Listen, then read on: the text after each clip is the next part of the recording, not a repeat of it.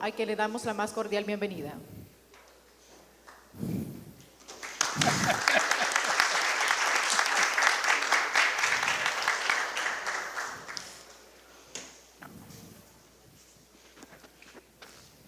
Bueno, gracias. Se escucha, ¿verdad? Sí. Solo les cuento un poco la idea que tenemos con el panel. Es digamos, el remate de la sesión de hoy. Lo que querríamos es que fuera un poco dinámico, es decir, que con las inquietudes que podríamos tener todos o algunos, fuéramos con batería de preguntas a los panelistas. Una primera parte intentaré irla llevando yo, preguntándoles alguna tontería otra vez, pero bueno, ellos luego arreglan lo que venía mal, y después ustedes, los que quieran, si pudieran o quisieran preguntar, ¿verdad? Algo que no hubiera quedado claro o algo en lo que no hubiera estado de acuerdo, o que la experiencia europea o argentina se quedó remota, cómo aterrizarla, etcétera. Está muy abierto para las preguntas del resto. La idea es más o menos 40 minutos, 20 y 20. Intentaré primero yo y luego ustedes. Sí les pedí a ellos que siempre que quisieran fueran como acotando, complementando lo que fuera saliendo con la experiencia. Es decir, la idea del panel es traer un poco más de carne de experiencia, de qué ha pasado, cómo han lidiado con conflicto, cómo han lidiado en este caso concreto con protocolos o acuerdos de familia y temas de sucesión. Entonces comenzaríamos así. Yo le había dicho a... Me voy a sentar también. Perdón. Antonio, la primera pregunta que tenía para vos, en la línea de experiencias de protocolo familiar en España, no se te vaya a olvidar porque tiene otra, pero es, en Honduras, si vamos tal vez a empresas familiares importantes, todavía pocos nos dirán, nosotros hemos hecho la tarea, aquí está una especie de acuerdo de familia, un protocolo, y los conflictos existen, pero lo logramos resolver. Obviamente el protocolo per se no necesariamente tiene por qué resolverlo. Pero entonces la primera pregunta era, España, todo el mundo tiene su protocolo familiar, ¿por dónde va? Si querés, vamos primero por ahí y luego, ¿qué experiencia hay? ¿Qué mundo tiene el protocolo familiar? Pues la verdad es que no todo el mundo tiene, y la verdad es que es todavía minoritario el número de empresas familiares que lo tiene. Sí es cierto que lo que existe y no existía antes es ya una mayor concienciación de su necesidad. Pero bueno, del dicho al hecho hay un trecho. Entonces, lo cierto es que es una cuestión en la que hay que seguir trabajando mucho, porque además, uno, el miedo al conflicto que tú apuntabas, y dos, la falta de percepción de los problemas hasta que se producen hace que difícilmente se inviertan muchos esfuerzos en la planificación, como también Pilar apuntaba.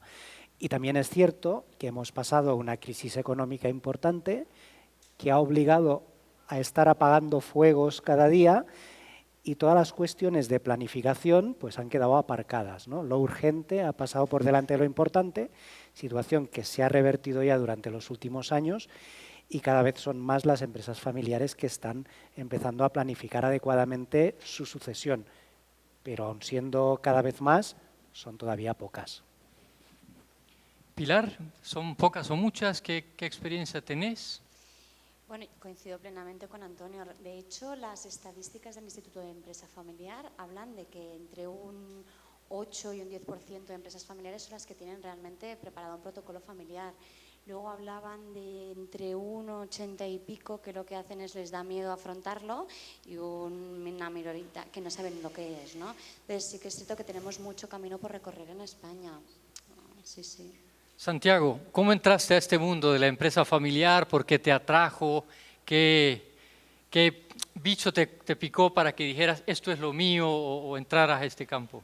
Bueno, la verdad que ha sido para mí una sorpresa, porque hace más de 30 años la empresa, fundada por mi bisabuelo, un genovés, capitán de la Marina Mercante Italiana, emigró a Argentina. Bueno, tuvo cinco hijos, falleció, mi abuelo era el hijo mayor, así que le terminó comprando a sus hermanos y bueno, todo volvió a concentrarse en sus manos. Y ya en la generación de mis padres y mis tíos se habían incorporado mis hermanos y primos. Y bueno, yo trabajaba en una corporación, y así que no formaba parte, nunca había trabajado en el grupo familiar, hasta que me entero que de mi padre dependía la sobrina mayor, que estaba manejando uno de los negocios. Y según mi padre, la verdad que no lo estaba haciendo para nada bien. Por supuesto que siempre uno escucha una sola campana de la realidad. Y bueno, como tenía tan buena relación con su hermano, es decir, el temor a los conflictos era tan grande que nunca se animaba a decirle nada. Hasta que un día la sangre italiana, ustedes saben cómo es la reacción del italiano, un mal día, no solamente tal vez lo que le dijo, sino cómo se lo dijo, frente a un informe que le había presentado mi prima, se fue llorando a la oficina de su padre, que precisamente era contigua a la de mi padre, trató de calmarla, hizo lo posible, no pudo, se fue a su casa. Imagínense, mi prima ya era mamá, tenía hijos, en fin, era una persona ya grande. Y me imagino cómo fue la historia en su casa por los acontecimientos. Cuando llega a la casa de su madre y la madre le dice, quédate tranquila, Margara, que esto no va a quedar así. Tengan cuidado. Me imagino, cuando llegó el papá de mi prima, se imaginan que la saludó a su mujer con el cariño de siempre. Hola, mi amor, ¿cómo estás? ¿Me preparas el whisky? ¿Qué whisky? ¿No te enteraste de lo que tu hermano hizo a tu hija? No, pero fue una tontería. Así que dale, trae y charlamos. No, de ninguna manera. Decidí de qué lado estás, de tu hermano o de tu hija y mío. Uy. Y ahí esto que pareció una anécdota absolutamente accidental, fue el comienzo de una batalla campal al mejor estilo de la mafia, porque de mi tío dependía un hermano. Entonces todos los cañones, en vez de estar focalizados para proteger y hacer crecer la empresa, precisamente hasta que no terminaban echando a uno de mis hermanos, la batalla, bueno, hubo un pacto después de alto de fuego, pero fue el principio del fin. Entonces yo, cuando lo ves de afuera, es decir, cuando ustedes ven estos conflictos de afuera, dicen, puede ser que gente tan seria, tan razonable y que le haya ido tan bien en la vida, tengan comportamientos tan irracionales. Y eso fue lo que yo pensé.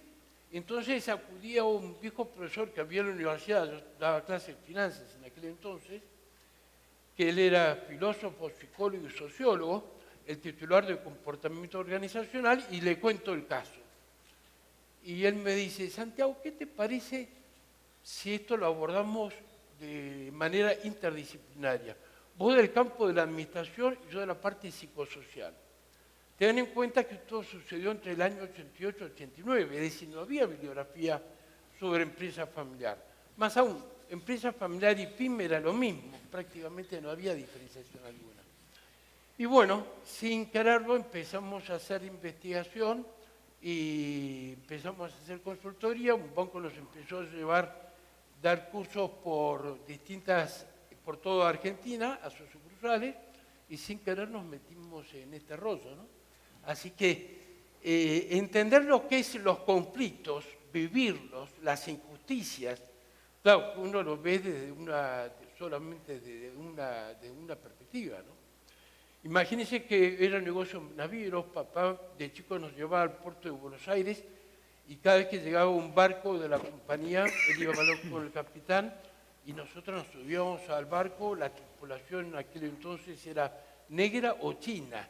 Imagínense lo exótico que era para nosotros, ver negros o chinos, que en aquel entonces no había las corrientes migratorias que hay ahora.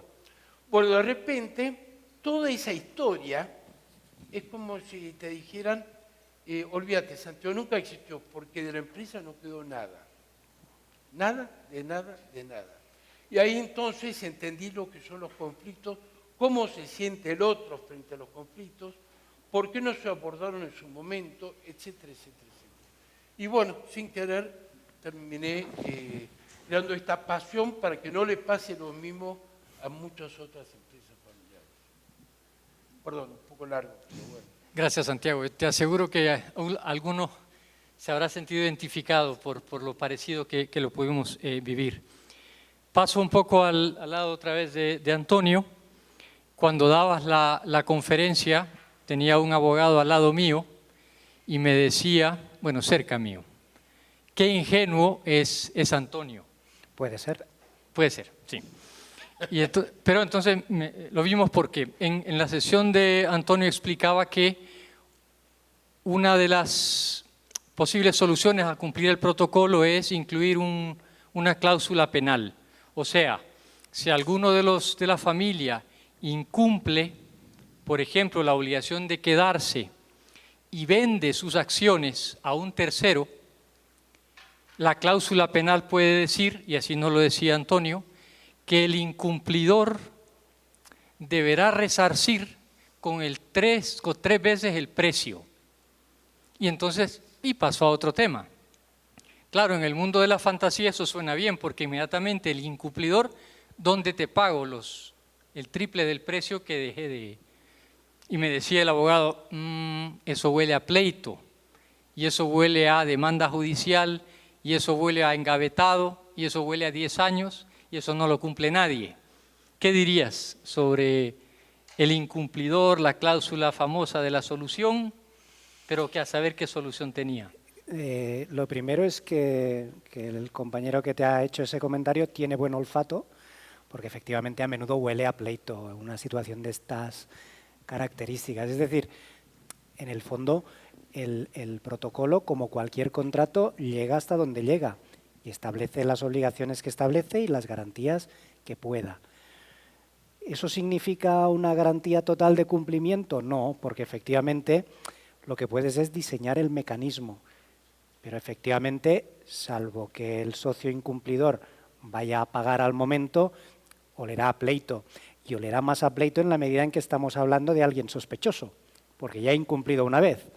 Ya ha incumplido una vez y probablemente incumplirá una segunda, porque además considerará que lo que él ha hecho, por las razones que sea, está bien hecho, que la cláusula es desproporcionada y si quieres lo discutiremos ante un tribunal. Y efectivamente se acaba discutiendo ante un tribunal con el problema que eso genera, uno, en términos de tiempo, porque la justicia es lenta, y dos, en términos a veces de mantener bloqueada la empresa, no solo por la necesidad de destinar recursos y esfuerzos al pleito, sino porque eso puede acabar teniendo trascendencia en la medida en que no sabemos muy bien qué pasa, por ejemplo, si el supuesto es de venta de participaciones, ¿qué pasa con esas participaciones? Si no reconocemos la validez, si la reconocemos, ¿de qué forma incide eso en la gestión de la empresa? Pero sí, a menudo estas situaciones acaban en pleito. Por favor. Yo, si me permiten, bueno, yo no soy amante precisamente de lo que son las cláusulas penales en los protocolos familiares. Sí que evidentemente son cláusulas de salida, pero yo confío y creo, como he dicho, que al final para mí un protocolo familiar es un proceso, ¿no? Y es un proceso de diálogo, de comprensión, de escucha. Por lo tanto, yo creo que el éxito de un protocolo familiar es que realmente, pese un poco en contra de lo que quizá opinaba Antonio, es que realmente las partes que forman parte de ese protocolo familiar estén convencidos realmente de lo que hagan, ¿no? Y si yo ya pongo en un protocolo familiar una cláusula de penalización, estoy dando por hecho que puede ser que alguno de los firmantes no hayamos hecho bien ese proceso interno, porque yo insisto, cuando trabajamos con empresa familiar trabajamos con emociones, trabajamos con aspectos muy intrínsecos de las personas. Entonces yo creo que si ya damos por hecho que podemos tener o incorporar una cláusula de salida tan fácil como una compensación pecuniaria, creo que igual tendríamos que quizá analizar si el proceso lo hemos hecho bien o no, ¿no?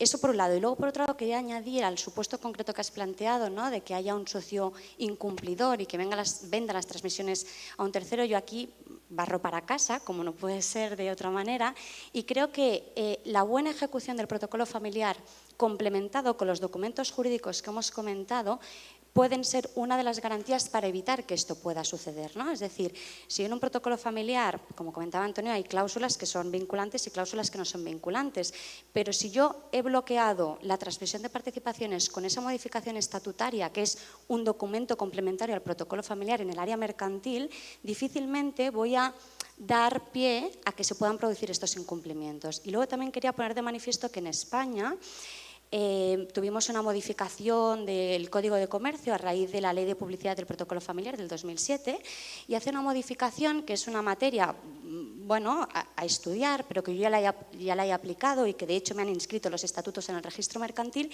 y es que para aquellas empresas familiares se les permite determinar cuál es el valor razonable de las participaciones. Esto es muy interesante, porque sí que es cierto que hay unos límites, ¿no? El valor razonable de las participaciones no puede ser nunca el valor teórico contable, ¿no? Porque al final esto no es el valor razonable. El valor razonable nos dice la jurisprudencia y la doctrina que es el valor de mercado.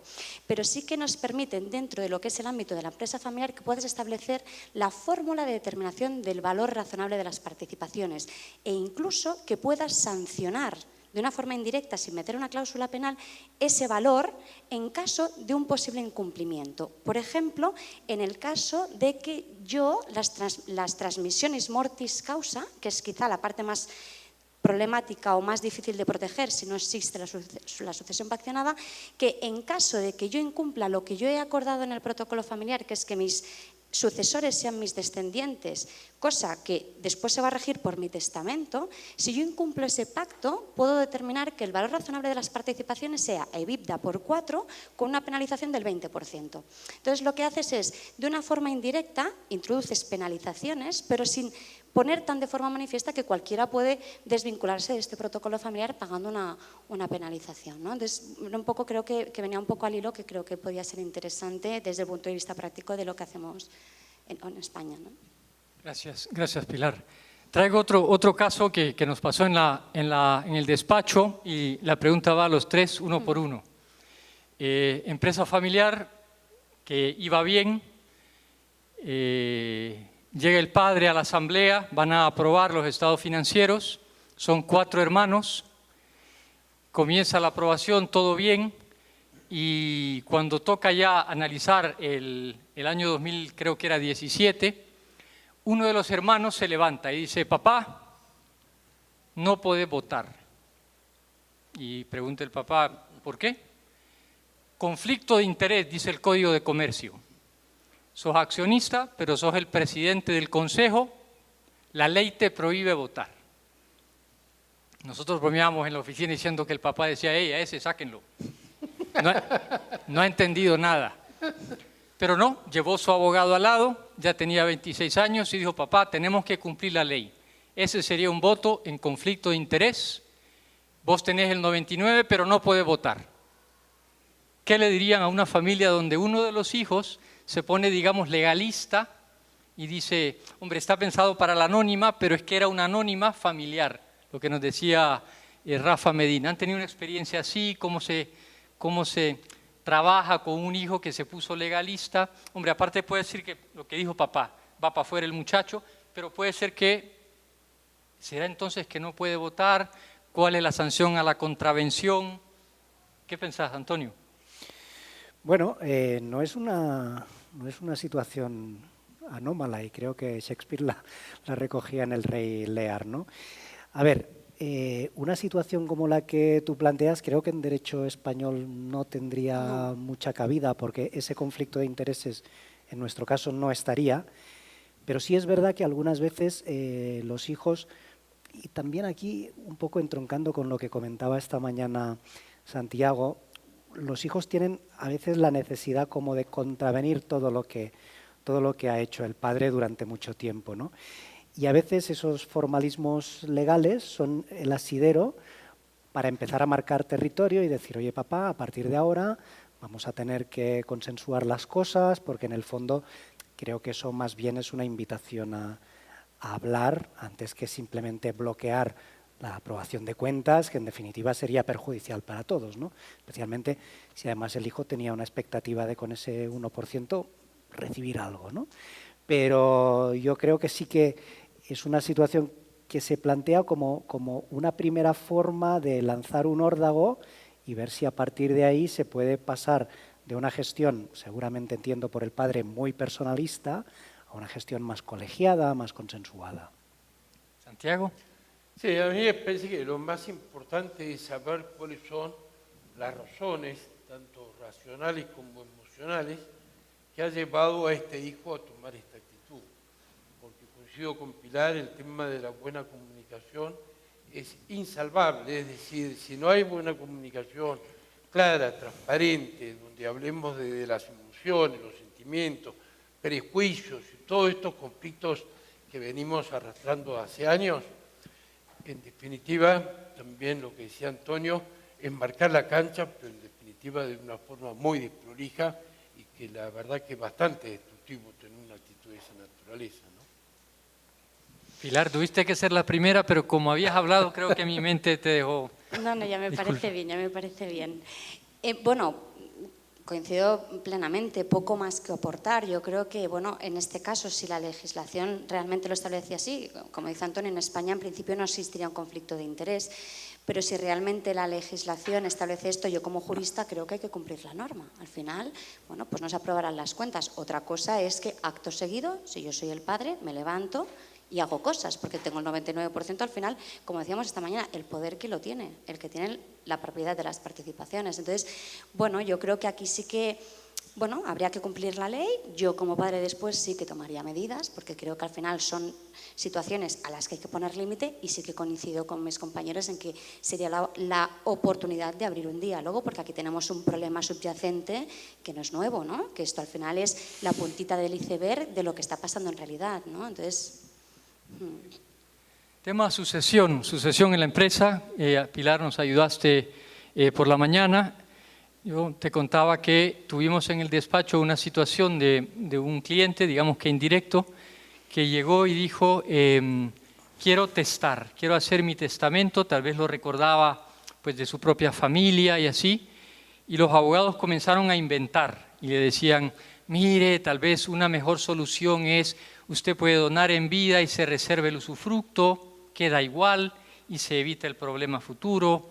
O en Honduras tenemos ya un fideicomiso, lo que diga el fideicomiso, el fiduciario banco obedece de inmediato. ¿Y qué dirías cuando ese cliente se mantiene y dice, yo quiero testar y no me saque de aquí?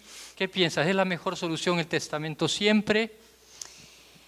bueno, claro, nuestro sistema jurídico no permite otro tipo de figuras como para vosotros las figuras fiduciarias, ¿no? O el trust, que al final son herramientas que yo creo que son muy prácticas, sobre todo porque creo, si no me equivoco, que vuestro proceso de apertura de la sucesión es mucho más complejo que el nuestro, ¿no? El nuestro al final es, si hay un testamento es lo mejor que te puede pasar, ¿no? Entonces, desde el punto de vista del derecho civil español, yo le recomendaría testar. Al final es una libertad que no podemos negar y que al final pues es un poco como la sensación de poder y de realización de yo quiero regular cómo quiero que se haga el reparto de mis bienes. Entonces, en ese caso a mí no me parece negativo, al contrario, también insisto, ¿no? Es un poco por la tradición jurídica en la que yo estoy acostumbrada a trabajar. Pero sí que quizá lo que creo que sería interesante es trabajar ese testamento como un proceso, ¿no? Es decir, escuchar realmente a la persona por qué tiene esta intención de testar, ¿no? Hay una falta de seguridad en el sentido de que no quiero donar en vida porque hay una desconfianza hacia una gestión que pueden hacer mis hijos. No, porque yo tengo una voluntad tan intrínseca que no la quiero comunicar con mis hijos, porque no quiero, mira, si me permitís, os quiero contar un caso muy, muy curioso que tengo encima de la mesa, que tiene un poco que ver, ¿no? Dos hermanos que tienen actualmente, uno tiene el 54% de la sociedad, la hermana tiene el 12%, y me cuentan que el padre falleció, que la parte del padre fue a la madre. Entonces, de la parte actualmente que tiene la madre, que si no recuerdo mal y soy fatal para los números es un 30 y pico, hay un 8 que corresponde a la hermana. Entonces, yo me siento con los hermanos y me aseguran 100% que mamá tiene un testamento hecho que nos va a dejar sus participaciones por igual a los dos. Oye, fenomenal, pues yo me reúno con los tres, les planteo la figura del pacto sucesorio y delante de la madre yo les manifiesto, ¿no? Pues mire, pues señora no sé qué, pues los hijos me han comentado que usted tiene un testamento en el que dice que su participación va a ir a partes iguales a favor de sus dos hijos. ¿Y la mujer? Sí. Acaba la reunión, Me coge la madre y me dice, Pilar, ¿qué tienes un momento? Digo, sí, claro, por favor. Mira, Pilar, ¿sabes qué pasa? Que es verdad que yo hice ese testamento, pero es que luego me fui y lo cambié. Porque yo creo que lo justo es que mi parte se la lleve mi hija. Porque sí que es cierto que mi hijo ha levantado la empresa, pero claro, mi hija está aquí de 8 de la mañana a 12 de la noche, mi hija no tiene vida, mi hija... Entonces, es lo que a mí me gustaría. Dice, ¿qué hago? Y mi expresión me salió del alma, le dije, ay, Trini, tú no te preocupes, porque aquí esto es un tema de gestión de emociones. Tú ahora mismo, esta es tu voluntad. Digo, si tú ahora esto lo planteamos abiertamente entre tus dos hijos, lo primero que vamos a hacer es generar una brecha de desconfianza. Porque si la hija es la que constantemente está con la madre, la que va a comprar con mamá, porque no tiene familia, la que viaja con mamá, automáticamente, sin haber sido real, lo que vamos a generar entre ellos es una desconfianza de tú has convencido a mamá. Digo, tú no te preocupes, Trini. Digo, ¿qué vamos a hacer? Digo, lo voy a plantear yo. Yo al final, como veis, siempre soy la mala, ¿eh? Yo soy la que convence para hacer capítulos. Entonces le dije, lo voy a plantear yo como profesional. Entonces, yo cuando les mande los borradores, lo que voy a hacer es hacerles reflexionar para que ellos decidan de forma indirecta por qué quieren tener tu participación por mitades. Si es un tema de control, el hijo ya tiene el control de la compañía, ya tiene el 54. Si es un tema de reconocimiento, busquemos alternativas de reconocimiento. Es decir, esta señora, un poco enlazando con la pregunta que tenías, quería proteger su voluntad, ¿no? Pero si simplemente nos dejábamos a que esto pasara sin decir nada o sin plantearlo con el resto de los hermanos, en el momento de la apertura de las sucesiones es cuando íbamos a tener el problema, ¿no? Entonces, yo creo que enlazando con la pregunta que me hacías, a esta señora hay que dejarla testar. Pero ¿qué es lo importante? Es saber qué es lo que quiere regular. ¿Cuáles son las situaciones internas que le hacen plantearse esa necesidad de quiero testar pese a que fiscalmente sea mucho más rentable hacer una transmisión en vida, a que desde el punto de vista jurídico sea más proteccionista crear un trust o un fideicomiso? Yo quiero testar. Entonces hay que ayudarle a esta señora a que las disposiciones sucesorias que ordene no sean fruto de un conflicto futuro entre los hermanos, ¿no? Santiago, mencionaste en tu sesión aquello de Alejandro, que les explicó a sus generales quién le sucedería y que le sucedería el mejor. Preguntarte, porque pasa en las empresas familiares que entre los hermanos, como decías, cada uno se considerará de alguna manera el mejor. ¿Cómo resolves esto? ¿Por dónde van para que el mejor sea el mejor? Bueno, ahí justamente en el ciclo de vida, según el método del ESPE que había desarrollado, hay que tratar de legitimar los desempeños de los familiares, que son los temas más difíciles porque está lleno de subjetivismo acerca de quién es el que más aporta, el que más vale, el que debería ganar más, en fin.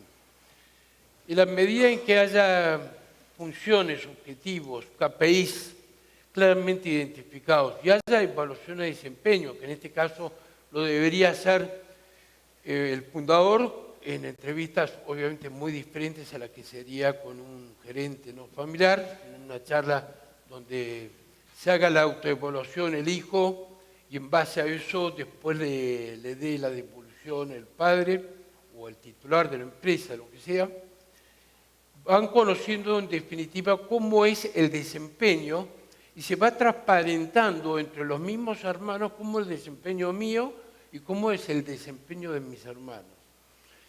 Al transparentarlo acerca de cómo están los KPIs, puede ser que yo ponga excusas para algunos periodos, pero no puedo poner excusas toda la vida. Entonces lo ideal sería que vaya decantando solo el liderazgo de quién es el mejor o el más conveniente para reemplazar al fundador por consenso entre los hermanos. De manera que el fundador lo único que tenga que hacer es bendecir la decisión de sus hijos, acotarla y tirarla para adelante, porque esas elecciones hechas a dedo por parte del fundador, porque le parece que el mejor es fulano o mengano, es lo que decía Pilar respecto a no dejar clarificadas cuáles son las verdaderas intenciones y emociones, porque en definitiva el día que no esté el fundador se van a terminar matando entre ellos y la empresa y la sociedad va a desaparecer.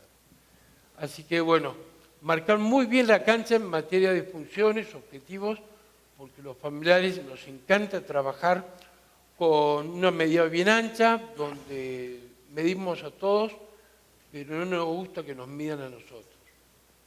Es decir, el tema de la autocrítica en esta investigación la que presento de los familiares es una de las grandes debilidades que tiene la empresa familiar, la autocrítica propia de cada uno.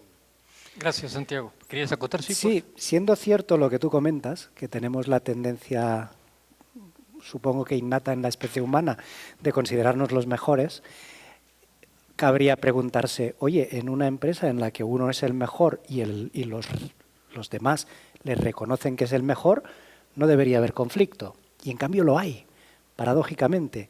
Y yo he vivido una situación bastante negativa en una empresa que ha acabado dividida, a pesar de que sociedad entre dos hermanos, uno de ellos en todo momento ha sido el que ha capitaneado la evolución del negocio con muchísimo éxito, hay que decirlo, y el otro se lo ha reconocido, le ha dicho en todo momento es verdad, de los dos tú eres el bueno, tú eres el listo, tú eres el que nos lleva para adelante, y esto no ha satisfecho al otro hermano, sino que el otro hermano como que se ha crecido ante ese reconocimiento del otro y su obsesión en todo momento ha sido dividir la empresa en dos. ¿Por qué? Porque él quería que cada uno de los hermanos gestionara su propia empresa y al cabo del tiempo poder decirle, ¿lo ves? Como la mía va bien y la tuya no. O sea que al final, por lo que hablabais de las emociones, acaban teniendo un peso importantísimo y a veces determinante para lo bueno o determinante para lo malo. Gracias. Bien, se nos acabó el tiempo. Vamos a hacer una última pregunta aquí interna. Y luego, por favor, los que quisieran preguntar y que nos ayudaran o con su experiencia o con una pregunta para el panel, para ellos, por favor, que sea. Es para Antonio, esta última, un poco más técnica, legal. Honduras tiene, vos mencionaste como una solución para mantener de alguna manera el orden familiar, digamos, como la posibilidad de tener acciones sin voto, emitir títulos accionarios sin voto. Honduras tiene una regulación un poco escasa sobre el tema, pero las condiciona a un premio económico, es decir, el que no vota me le vas a tratar bien con el dividendo o en la cuota de liquidación, etc. ¿España tiene acaso un régimen de acciones sin voto, sin premio económico? ¿Y qué experiencia has tenido? Bueno, la regulación mutatis mutandis es la misma, o sea, una cosa por la otra. Los titulares de acciones o participaciones sin derecho de voto tienen derecho a un dividendo mínimo al que no se les puede hacer renunciar, ¿no? Que de hecho es el único elemento que acaba siendo atractivo para que haya un tercero que invierta en una sociedad en la que sabe que no va a poder manifestarse, ¿no? Por lo tanto, a mí se me antoja difícil, ¿no?, poder excluir que exista ese premio, que en definitiva es el enganche para que se acceda a ese tipo de títulos. La verdad es que tampoco es muy habitual, por la experiencia que yo he tenido, que haya empresas familiares que abran las puertas a la entrada al capital por esa vía.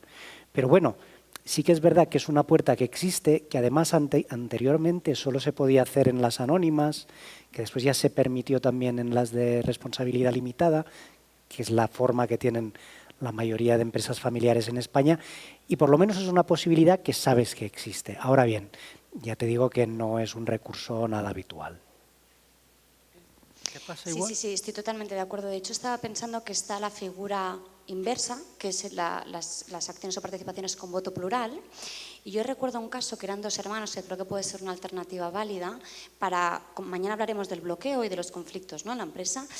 Y recuerdo el caso de dos hermanos que tenían una empresa muy grande dentro de lo que era el territorio de Cataluña, y eran dos hermanos. ¿Pero qué pasaba? Pues que uno era el dirigente y otro era pues el bueno, pues estaba allí, tenía su fundación y se dedicaba a hacer viajes a Etiopía.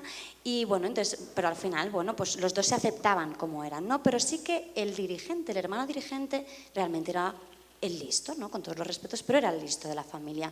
Y fue muy hábil al identificar que los sucesores que procederían de la rama familiar del hermano no iban a ser capaces de poder gestionar el patrimonio familiar. Entonces lo que hicieron fue crear unas participaciones, una participación concreta con voto plural, de forma que esa participación se la quedó el hermano listo.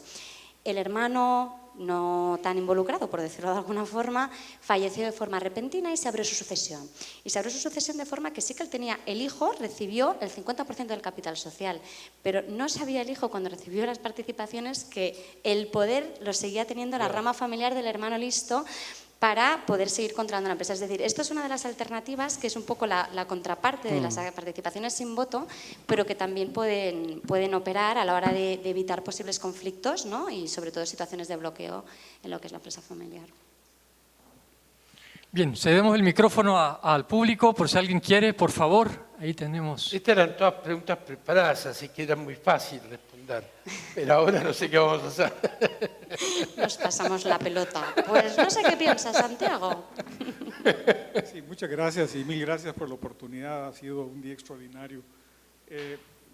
Tengo dos preguntas en realidad, son muy breves. Una, se ha hablado mucho de la preparación del protocolo y los documentos. La primera pregunta está en función de si existe alguna actividad notarial en sus respectivos países que tenga que ver con la redacción y preparación de esos documentos. Y la segunda está vinculada no tanto con la preparación de los documentos, sino con qué pasa cuando se origina un conflicto y qué experiencias tienen ustedes al respecto en cuanto al papel del abogado o del jurista o del notario que contribuyó a la redacción, que hizo las sugerencias, que orientó a la familia. Cuando se presenta un conflicto, sabemos que está la conciliación, mediación, como le llaman, o el arbitraje, pero igualmente hay una prefase en la cual pudiesen los familiares acudir al abogado o al notario que ayudó a preparar el documento para tratar de conciliarse entre sí mismos sobre la base de la interpretación de qué se quiso o cuál fue la intención con las normas que se redactaron. Entonces, si hay alguna experiencia de parte de ustedes en ese campo. De los dos, o tres. Yo, empezando por esta segunda pregunta, entiendo que a lo que se refiere es, en caso de discrepancia interpretativa, si sería bueno acudir al abogado o al profesional que redactó el protocolo. Hombre, yo recuerdo una anécdota muy divertida de uno de los catedráticos de Derecho Mercantil, uno de los autores de la ley concursal en España, que lo nombraron administrador concursal en un proceso, y el juez adoptó una resolución con la que él no estaba conforme, rojo, y se presenta en el juzgado y dice: oiga, señor juez, esto usted no lo ha interpretado bien. ¿Cómo que no lo ha interpretado bien? La norma dice esto. No, la norma no dice esto. Sí, la he escrito yo, la norma. Me va a decir usted qué dice la norma. Claro, al final es un poco peligroso esto de ser el autor y a la vez ser el intérprete, ¿no? Y esto, la verdad es que yo creo que es bueno que ese profesional se aleje un poco, ¿no? A la hora de hacer esas interpretaciones, porque además aquí hay una cosa que creo que es curiosa. Normalmente se encomienda la labor de elaboración de un protocolo familiar a algún abogado de mucha confianza de la familia, ¿no?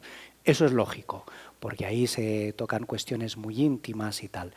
Sin embargo, yo he tenido un par de experiencias bastante curiosas de hacer protocolos para familias que me eran absolutamente desconocidas y que me las refieren sus abogados de confianza porque se sienten contaminados. Es decir, oye, por más que yo trate de hacer un trabajo objetivo, a mí llevo muchos años de relación con ellos y este me cae mejor que ese otro, ¿no? Entonces, mejor ven tú, que no los conoces y te va a dar igual que sea uno o que sea el otro, ¿no?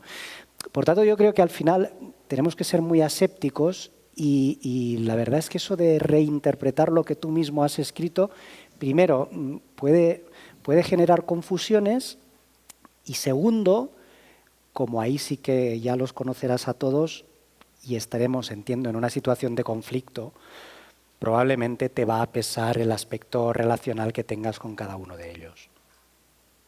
Y yo añadiría, porque no tengo nada que objetar, que no nos cuesta nada escribir 3 párrafos más para que no haya lugar a errores en la interpretación, ¿no? Yo siempre digo que Yo a mí me gusta mucho redactar mis documentos, pese a que después se lleven a público o sea un notario el que los autorice. Yo escribo mis testamentos, yo escribo mis pactos, yo escribo mis protocolos. Y yo siempre digo, mis testamentos no tienen menos de 20 páginas. Alguien se tiraría de los pelos, pero Pilar, ¿y qué cuentas en un testamento? Pues lo que realmente la gente quiere decir, ¿no? Entonces yo creo que los protocolos, sobre todo cuando intervienen tantas personas y hay tantos motivos intrínsecos que dan lugar a una serie de acuerdos, creo que no nos cuesta nada escribir 3 párrafos más para evitar esta confusión a futuro, ¿no? De qué quisimos decir aquí. Y bueno, ya habías hecho otra pregunta, que es que si hay unos notarios, ¿no? O si hay... Sí, bueno, yo creo que indirectamente te acabo de responder, ¿no? Sí que, claro, los testamentos, los pactos sucesorios, los documentos sucesorios, tenemos algún testamento hológrafo, pero el protocolo sí que puede ser en documento privado, salvo que lo quieras elevar a público, que esto es voluntario. Los testamentos necesariamente requieren de la comparecencia ante un notario, ¿no? Al final es, si no, es vicio de nulidad, ¿no? Salvo que cumpla una serie de requisitos especiales, que es otro tipo de testamento. Pero yo insisto en que... Y esto me lo encuentro en la práctica, ¿no? Pues esto lo hacen los notarios, ya, pero los notarios no están 3 horas contigo intentando entender qué es lo que realmente quieres. Los notarios no te preguntan por cómo quieres proteger al cónyuge, por qué quieres proteger al cónyuge, qué pasa si el día de mañana tu hijo falta y qué relación tienes con... Es decir, al final, en unas notarías, por lo menos en España, estos documentos los preparan los oficiales. Los oficiales van hasta arriba de trabajo, no entran a analizar de una forma tan detallada esa situación tan concreta, ese traje a medida para esa persona, ¿no? Sí que puedes, pero yo no lo recomiendo. Sí, yo creo que esa señora que comentabas que vino a vuestra oficina y dijo, quiero testar, esa señora tendría que ir a un notario, porque esa señora quiere un acto determinado, que es un testamento. Entonces, si a mí me viniera, lo primero que pensaría es cuánto daño hace Internet, porque esta señora me viene a pedir una cosa en lugar de decirme a dónde quiere llegar. Porque si ella me dice cuál es su objetivo, entonces yo a lo mejor le digo, oye, pues sí, tiene que testar o no, tiene que hacer pues un pacto sucesorio o tiene que hacer, no lo sé. Usted dígame cuál es su objetivo y yo ya le diré la forma de llegar a ello. En cambio, sí que cuando acudes al notario es porque lo que quieres es una intervención concreta y el notario, pues lo que decía Pilar, no se va a preocupar del resultado, porque no le está pidiendo tampoco la señora un resultado, sino un acto concreto, ¿no? Entonces le da ese vehículo y ya lo que sea. De lo que decía Pilar, he comenzado a darle vuelta al tema y quería solo contar una anécdota con lo de la interpretación, porque a veces decimos, hombre, agrégale 2 párrafos más y te queda claro. Alguna vez le llevamos el texto a un abogado que era como el supergurú y le dijimos, hazme un favor, interprétame este texto, cómo se debe leer. Ahora, él llevaba una práctica como abogado de muchos años. Vio el texto y me dijo, entonces tú quieres que interprete cómo se debe de leer. Sí, ¿quién es mi cliente? Claro. Nos dejó mal porque entonces como que no había una manera objetiva de interpretar, sino que según el cliente así iba a interpretar, lo cual tampoco era tan fácil el tema. ¿Alguna pregunta más? Por favor. Ahí viene.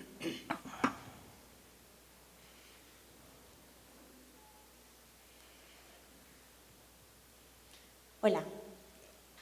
A mí me preocupa más, o sea, 2 cositas.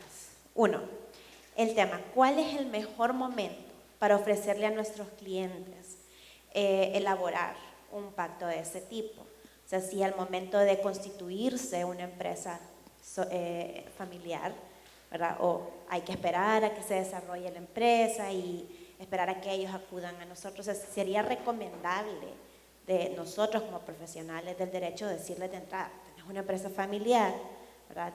Y de un solo te recomiendo que hagas este pacto. Y lo otro que me preocupa también es el tema en relación, retomando lo que decían en las exposiciones, de qué es lo que va a prevalecer, porque estamos hablando de testamentos, estamos hablando de estatutos, y bueno, un testamento es un tema civil, un estatuto es un tema mercantil, cada uno regula cosas distintas y cada uno tiene incluso maneras de solventarse los conflictos. En nuestro país, pues, no tenemos un juzgado de lo mercantil, lo vemos todo en el juzgado de lo civil, pero sí que son materias distintas y son se regulan por cuerpos legales diferentes. Entonces, ¿cómo realmente hacemos que esto sea vinculante? Esto es algo que sí me gustaría que se ampliara, ¿verdad? Porque si hablaban de repente incorporar alguna cláusula, ¿verdad? Que menciona el testamento, los estatutos. O sea, ¿cómo lo hacemos prácticamente que esto sea vinculante? Contesto yo. A ver si lo sé explicar de una forma sencilla, ¿eh? Respecto a la primera pregunta que planteabas de cuándo es el momento idóneo de otorgar o de recomendar un pacto de socios o un protocolo familiar, yo quería poner de manifiesto que en España está surgiendo una corriente que yo no sé si creo que en Argentina también pasaba, ¿no? Actualmente, que están saliendo muchos emprendedores, ¿no? Y a los emprendedores, nada más constituir la sociedad, se les recomienda la suscripción de un pacto de socios. Yo creo que una empresa familiar no tiene por qué ser distinta, ¿no? Al final hemos visto, ¿no?, que la empresa familiar puede tener los mismos conflictos a futuro que una sociedad en la que no hay familiares, pero con un agravante, que son esas relaciones personales y esa implicación que puede pasar en cada uno de los miembros de la familia. Yo creo que aquí va a ser determinante, y creo que aquí quizás Santiago y Antonio pueden aportar, va a ser determinante cuál sea el momento de la familia, si están preparados o no para poder afrontar, ¿no?, lo que es hacer este pacto, ¿no? Porque, bueno, pues porque vamos a trabajar muchas circunstancias personales y emocionales que lo que vamos a tener que es que darles una solución a futuro para evitar que eso se convierta en un conflicto. Y entrando en la segunda pregunta, sin perjuicio de cara a que mis compañeros puedan ampliar la respuesta que te he dado con respecto a la primera, cada materia, como tú bien apuntas, corresponde a una materia del derecho civil. El protocolo familiar es un pacto entre socios, ¿no?, en el que metemos o incluimos una serie de acuerdos que van más allá del aspecto societario, ¿no? Pues cómo vamos a regular la incorporación al trabajo de los miembros de la tercera generación, cómo vamos a regular la elección del siguiente director general, cómo vamos a regular quiénes son o vamos a determinar nuestros valores, nuestra misión, nuestra visión, es decir, temas muy, muy personales de lo que es la empresa, ¿no?, la historia. Tiene una función de que es un pacto que vincula, pero este pacto que vincula no puede saltarse otras normas imperativas que son del área civil, ¿no? Yo puedo acordar en un protocolo familiar pues que mis sucesores van a ser los descendientes, pero por eso son tan importantes los documentos complementarios, porque el que va a regular la sucesión va a ser el testamento. Si el testamento dice A y el protocolo dice B, lo siento, pero el documento que va a regular la sucesión es el testamento y es lo que va a prevalecer. Si además lo mezclamos con los estatutos, que era un poco el círculo que os he explicado esta mañana, el círculo de cierre de protección de la empresa familiar, van a tener que estar acordes, en el sentido de que si en el protocolo familiar establezco que mis descendientes van a ser mis sucesores, ¿no?, o solemos hablar mucho de sucesores permitidos, y yo hago un testamento en el que vulnero esta cláusula de sucesores permitidos, va a primar el testamento. ¿Qué va a pasar? Que si en los estatutos tengo bloqueada, como decía Antonio, la posibilidad de que terceras personas adquieran participaciones, el testamento va a ser válido. ¿Quién va a ser mi llamado sucesorio? El que yo establezco en testamento. Pero por aplicación del estatuto no lo voy a reconocer como socio. Y si lo he regulado bien, con derechos de adquisición preferente, este heredero o legatario o beneficiario de las participaciones va a tener derecho a que le compren estas participaciones. Por lo tanto, cada uno de los documentos tiene su momento o su lugar de eficacia. No es como las capitulaciones matrimoniales. Yo puedo establecer con mis hermanos que voy a tener un régimen económico matrimonial de separación de bienes, pero o lo firmo con mi cónyuge o no voy a tener ese régimen económico matrimonial, ¿no? Entonces, cada uno de los documentos tiene su área, ¿no?, y su momento de efectividad. Por eso yo, como jurista, siempre digo que estos documentos complementarios son los que dotan de eficacia jurídico-civil a lo que es el protocolo familiar, que sin ellos no voy a tener esa eficacia. Tendré acuerdos, puedo establecer compromisos, puedo establecer cláusulas penales, pero los que realmente van a regular la sucesión, el régimen económico, las situaciones de incapacidad, van a ser estos documentos jurídico-civiles que aplican en cada uno de estos casos, ¿no? Si no sé si he podido ayudar. No sé si queréis Dos apuntes a modo de síntesis. Uno es respecto a cómo operan todas esas normas documentales que generamos. Hay que tener en cuenta que es un sistema complejo y que interactúa, pero en el fondo, ¿cuántas normas legales afectan a la empresa? En materia laboral, mercantil, tributaria. O sea, y no nos asusta, ¿no? O sea, no decimos, no, la norma tributaria afecta a cuestiones mercantiles, bueno, pues ya trabajamos para hacerlo encajar. Y aquí es lo mismo. O sea, que unos documentos muchas veces son el contrapeso de otros. Y la segunda idea respecto a cuándo empezar con el protocolo, lo antes posible. Porque generalmente cuando viene el cliente y dice quiero un protocolo familiar, es que vamos tarde. Entonces, también es cierto que al principio puede sonarle extraño, pero tenemos que hacer un poco de gota malaya e irle diciendo, oye, no nos demoremos con esto, no nos demoremos y lo antes posible, por lo menos que tenga el concepto en la cabeza, que empecemos a pensar que algún día tendremos que hacerlo y ya después hacerlo cuanto antes. Bueno, yo quisiera simplemente agregar desde la parte de los emprendedores que en definitiva cuando empieza la empresa de cero, imagínate, estés casado, conviviendo, lo que sea, es decir, una posición estable, es muy importante, obviamente no va a quedar escrito, ni tampoco protocolizado, ni por un notarial, lo que sea, pero hay que acordarse que paralelamente a la empresa hay una familia. Entonces hay que definir bien los roles acerca de qué es lo que vas a hacer vos, qué es lo que voy a hacer yo, de qué te vas a ocupar de la empresa, por más que el cónyuge no trabaje en la empresa, pero sí que haya un acuerdo acerca de cómo nos vamos a distribuir los roles, las tareas y el cuidado, porque si no empiezan a aparecer hijos con padres ausentes, después con trastornos de personalidad, no tenemos sucesión y no hay ningún protocolo que pueda servir para que pueda sobrevivir al recambio generacional. Pero esos son acuerdos entre la pareja cuando empieza el negocio y eso es lo mejor que hay es empezarlo a conversar, a tenerlo conversado, acordado, de manera que puedan ir avanzando del mejor modo posible tanto la empresa como la familia empresaria. Y después irán haciendo los hijos y también ir acordando acerca de cuál es el rol de cada uno y tratar de dar buena comunicación en definitiva. Tenemos una última pregunta, por favor.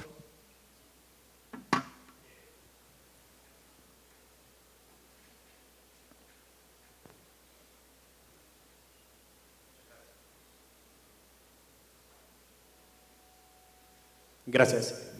Una consulta para tratar de entender un poco, pues más que todo Antonio y Pilar, la experiencia de España para tratar de montarlo un poco para nuestro país.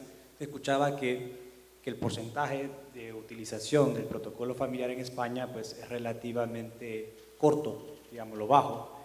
Y mi pregunta es, ¿por qué? O sea, en cuanto a su experiencia, ¿por qué si se sabe que es una herramienta tan útil y que realmente puede poner reglas tan claras en algo tan delicado como es la familia, ¿por qué no se utiliza de una forma tan masiva? En nuestro país es poco conocido y además porque pues, nuestra economía no se ha desarrollado de esa manera para que lleguemos a ese punto, pero pues Honduras no es España. Entonces yo sí quisiera saber por qué en España pues, no ha sucedido así, sí, en vista que ustedes tienen mucha más experiencia manejando este tema del protocolo familiar. Yo creo que en dos de las razones coincidimos. El desconocimiento, y ahí, pues, oye, tenemos que trabajarlo más esto. Dos, la cuestión económica, porque en definitiva, no sé qué tal es la cultura en Honduras de acudir a abogados, pero en España acostumbra a ser voy al abogado cuando tengo un problema. Entonces, si no percibo que tengo un problema, la cuestión de planificación es siempre secundaria, ¿no? Por tanto, ahí tenemos que hacer bastante pedagogía en tema de conocimiento y en tema de necesidad. También es cierto que durante una fase hubo bastantes ayudas públicas en determinadas regiones, eso ha ido bastante a la baja, quizás debería repotenciarse para ayudar a las empresas familiares a asumir el coste que al final, bueno, puede llegar a ser importante porque es un trabajo bastante arduo de elaboración de un protocolo. Y el tercer motivo, yo creo que es el miedo. O sea, porque muchas familias empresarias, acertadamente además, consideran que empezar a trabajar el protocolo es abrir la caja de Pandora. Y efectivamente, conflictos que han estado ahí silenciados, pues se percibe que si se pone en marcha esto, van a estallar de una forma mucho más abierta. Pero es lo que decía antes, o sea, ese miedo hay que superarlo porque esas cuestiones hay que hay que abordarlas cuanto antes, porque si no el conflicto se cronifica, no se soluciona y cuando estalla acaba estallando más, ¿no? Como decía Napoleón, si quieres la paz, prepárate para la guerra. Quizás tienes que pasar una etapa de conflicto muy duro, pero eso tiene que ser en positivo para pensar, bueno, vamos a superar esta mala fase para resolver los conflictos de forma verdadera y no simplemente mantenerlos ahí escondidos. Sí, yo añadir, estoy completamente de acuerdo con Antonio, que también, aunque parezca sorprendente, yo creo que hay una falta de cultura, de una planificación previa. Es decir, estamos acostumbrados a un sistema judicializado, es decir, que los problemas se resuelven una vez salen. Entonces, ¿quién es el que me va a resolver el problema? El juez. Y yo creo que en este caso, al trabajar con empresa familiar, es intentar cambiar esta cultura desde la perspectiva de que es que los podemos evitar estos conflictos, ¿no? Ahora está muy de moda allí todo lo que es la resolución de la alternativa de conflictos, la mediación, que se está trabajando mucho sobre la mediación. Yo creo que ha tenido una pequeña debacle la mediación en nuestro ordenamiento jurídico. Sabéis que la mediación es un proceso de resolución de los conflictos voluntaria para las partes, que al final si se hace bien, es la que más satisfacción genera. Hay otros ordenamientos jurídicos en Europa, como por ejemplo Italia, que la ha impuesto obligatoria, que eso choca un poco con yo lo que quiero añadir es que hay quizá una falta de cultura de lo que es la planificación previa y el afrontar previamente los conflictos. Yo, si os acordáis, cuando he empezado la sesión os he hablado del supuesto en el que viene el señor y me dice que quiere hacer un protocolo familiar y a mí me da una súper alegría, pero este señor viene porque sabe que su vecino o un amigo suyo ha hecho un protocolo familiar y le han contado no sé qué, y entonces viene porque él también quiere. Pero cuando rascas un poquito te das cuenta que este señor no quiere hacer un protocolo familiar porque no quiere compartir con sus hijos a fecha de hoy cuáles van a ser los acuerdos de dirección futuro, ¿no? Entonces yo creo que además de lo que ha dicho Antonio, hay una falta de cultura de preparación interna de dejar ir cosas que yo he hecho, ¿no? Al final la mayoría de las empresas familiares son primera generación, ¿no? Y ese desprenderme y empezar a compartir con los hijos es una cosa que me duele un poco la tripa y bueno, y necesito un poquito más de tiempo, un poquito más de experiencia, un poquito más de cultura para poder llevarla a cabo. Bien, ¿alguna pregunta adicional? Bueno, entonces con esto cerramos. Quería agradecer, en primer lugar al panel, muchas gracias. Gracias a vosotros. Y a todos ustedes. Solo para adelantar, mañana, por el tipo de agenda, el tema es especialmente también atractivo porque entramos al mundo del conflicto en la empresa familiar. Algunas derivaciones del conflicto, por ejemplo, el bloqueo, cuando, por ejemplo, están en partes iguales o no estando en partes iguales, se bloquea el funcionamiento de la empresa. Luego todo un tema de cultura y respeto y finalmente el gobierno en la empresa familiar. Un poco tema de experiencia o buena experiencia de gobierno, buen gobierno, los diferentes órganos, etc. Pues les invito para mañana y pues nos vemos cuando nos veamos. Gracias a todos. Muy bien. Bien, muchas gracias a los panelistas. Agregando un poco a lo que acaba de mencionar el abogado Juan José Alcerro, las conferencias que se van a impartir mañana: conflictos en la empresa familiar, como él lo mencionaba, situaciones del bloqueo en la empresa familiar, cultura y respeto en la empresa familiar, el gobierno en la empresa familiar y un conversatorio también, retos y mejores prácticas en el mundo de la empresa familiar. Así que los esperamos mañana. La agenda comienza a partir de las 9.